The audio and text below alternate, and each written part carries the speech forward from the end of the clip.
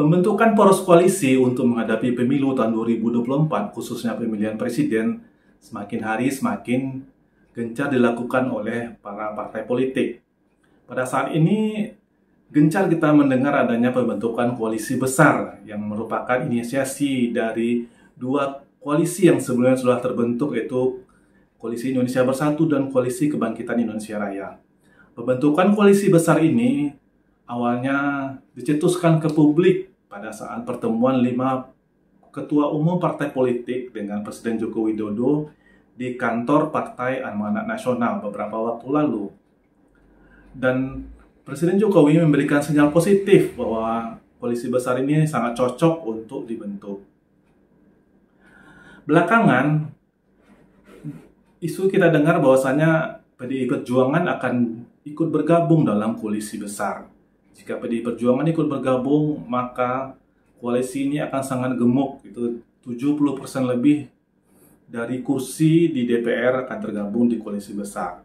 Nah, kalau ini terbentuk, maka koalisi besar atau koalisi besar plus PDIP akan berhadapan dengan koalisi perubahan untuk persatuan dari Anies Baswedan.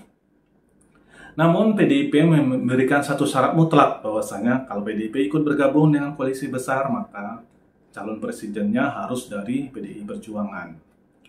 Nah, apapun bentuk koalisinya, apapun bentuk sikap atau kesamaan sikap antara partai politik, yang menjadi hal penting dalam koalisi ini adalah siapa yang akan menjadi presiden dan calon presidennya.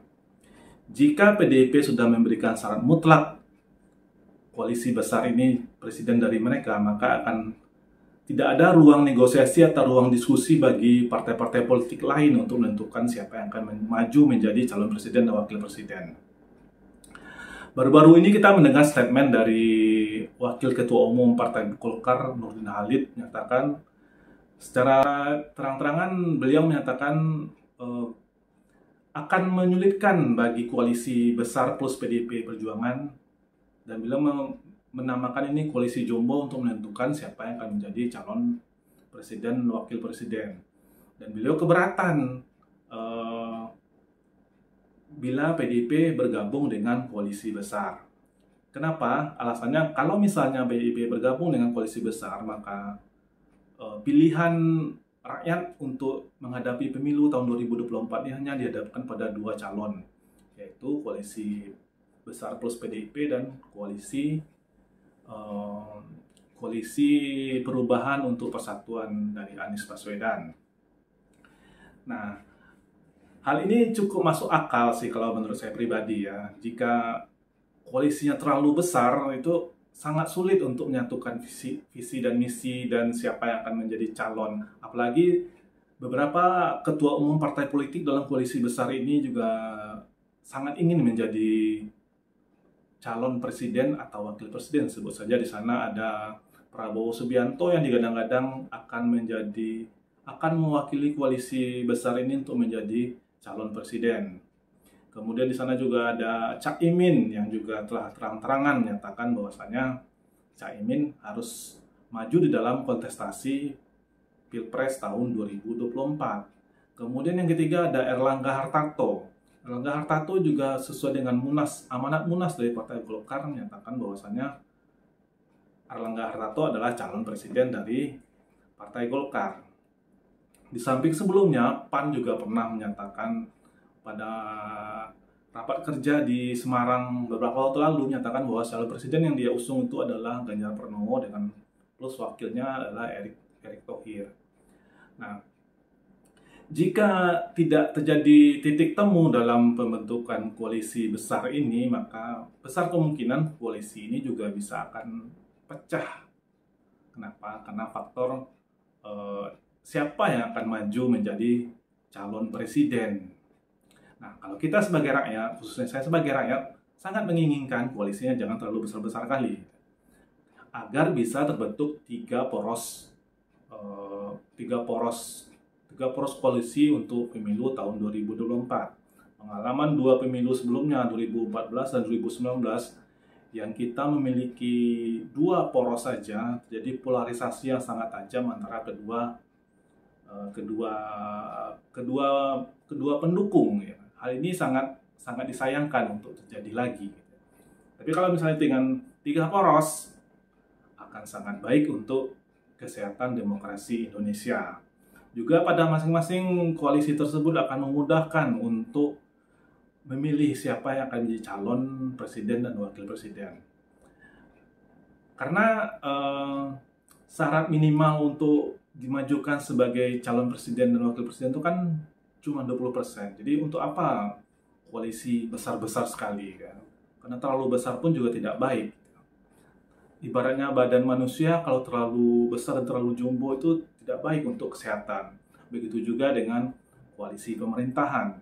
Yang penting adalah calon yang diajukan itu adalah calon yang benar-benar diterima oleh masyarakat dan kemungkinan keterpilihannya itu cukup tinggi. Pada saat ini 3 nama teratas itu selalu memuncaki survei-survei pemilihan calon presiden, yaitu Prabowo Subianto, kemudian Anies Baswedan, dan Ganjar Pranowo. Jadi tiga orang calon ini bisa akan mewakili dari tiga koalisi yang terbentuk. Nah, jika misalnya PDIP tidak jadi bergabung dengan koalisi besar dan menjadi koalisi sendiri, bisa saja terjadi 3 pasang calon ini. Ya kan? Jadi ada PDIP, koalisi besar, terdiri dari 5 partai politik, dan koalisi perubahan untuk persatuan. Nah, kemudian jika koalisi besar ini sampai pada akhirnya tidak juga terbentuk kata sepakat atas siapa yang akan menjadi calon presiden mereka, tidak satu suara dengan calon presiden yang mereka ajukan, kemungkinan juga bisa pecah, akan kembali seperti semula. Jadi ada koalisi perubahan, koalisi Indonesia Bersatu, koalisi Kebangkitan Indonesia Raya, dan PDI Perjuangan. Jadi ada 4 calon, lebih bagus lagi gitu ya. 4 calon ini siapa yang akan maju nanti ke depannya. Bisa saja nanti PDI Perjuangan akan memberikan tiketnya kepada Sang Putri Mahkota Puan Maharani untuk berlaga di pemilu tahun 2024. Karena sebenarnya Puan Maharani ini secara rekam jejak itu sangat baik. Ya. Beliau pernah menjadi, saat ini existing sebagai Ketua DPR, pernah menjadi Menko, kemudian pernah menjadi Ketua Fraksi dari PDI Perjuangan dan Ketua DPP PDI Perjuangan. Dan pernah juga menjadi Ketua Pemenangan Pemilu dari PDI Perjuangan. Jadi rekam jejaknya udah cukup baik. Cuman masalahnya kurang diterima oleh masyarakat sebagai calon presiden. Nah, jadi seperti apa koalisi yang terbentuk? Jadi ini sangat menarik untuk kita ikuti dan kita bahas.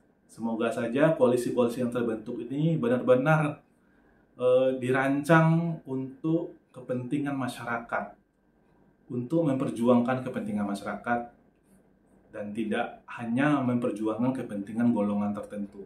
Karena pada ujungnya masyarakatlah yang akan menerima dampak dari hasil pilihan masyarakat sendiri. Kita terus ikuti perkembangan dari pemilu tahun 2024 karena makin hari makin solid beberapa koalisi, tapi makin runyam juga beberapa koalisi. Jadi apa namanya nih, menarik untuk terus kita simak dan kita ikuti perkembangan pemilu tahun 2024.